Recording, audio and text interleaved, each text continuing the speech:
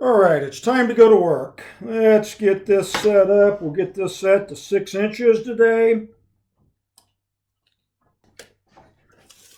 Let's confirm our settings.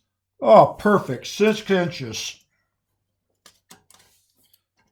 Oh no, I'm off a full 16th of an inch. I don't know if this ever happened to you, but it used to happen to me quite a bit.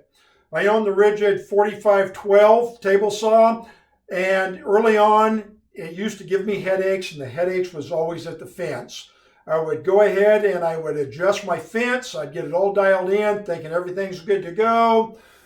I would set it up for a cut, lock it down, go ahead and check my measurements or check my distance between the fence and the saw blade. And lo and behold, I'd be off a 16th of an inch at the back of the saw almost every single time. My name is Bob, and I'd like to welcome you to another episode of Bynum Woodworks.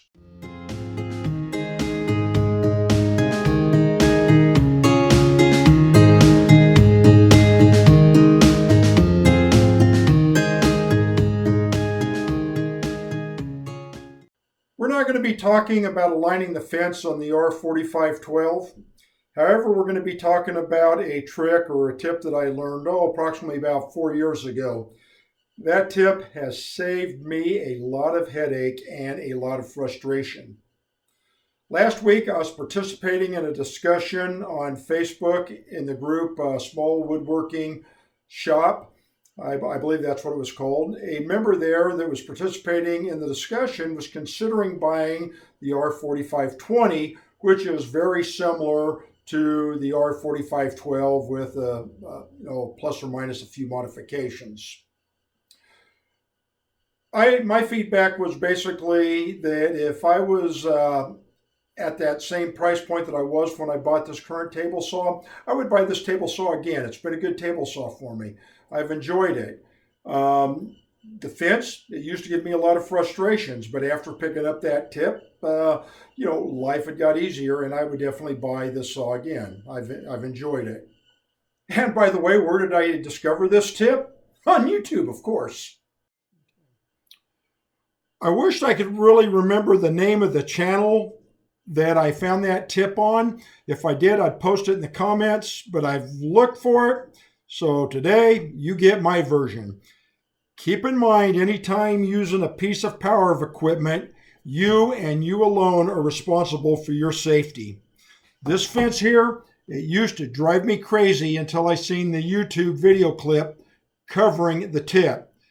The fence slides real nice across the table saw, and once you lock it down, it becomes really sturdy.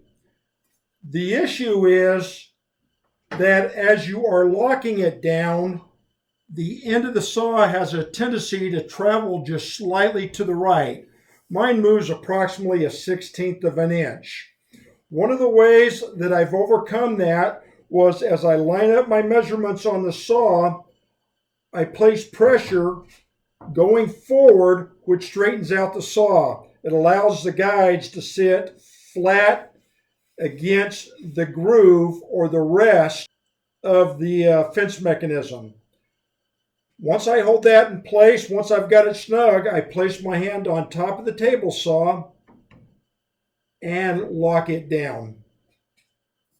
Now at this point, I should be square without having to make any more adjustments off my fence. So we had set the fence for a cut of 5 inches. So let's go ahead and verify. Our measurements that we have.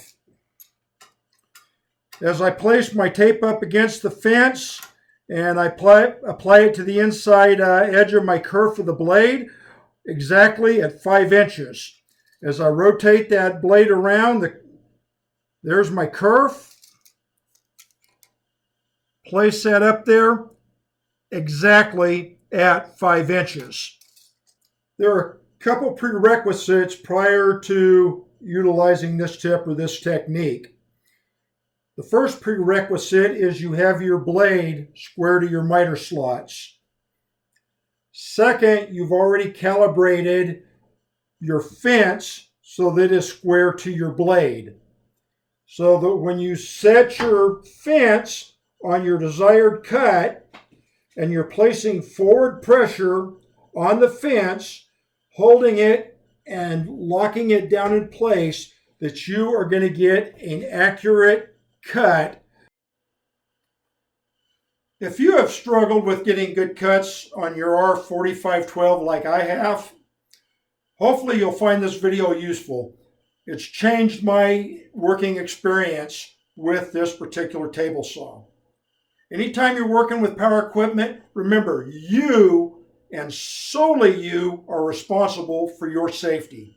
If you haven't done so yet, hey, give us a thumbs up and please subscribe. Also, if you found this video useful, please add a comment into the comment section, or if you have any other tip to pass along to any other 4512 user, please do so in the comment sections. And again, thank you for joining me on Bynum Woodworks. We'll see you on the next video.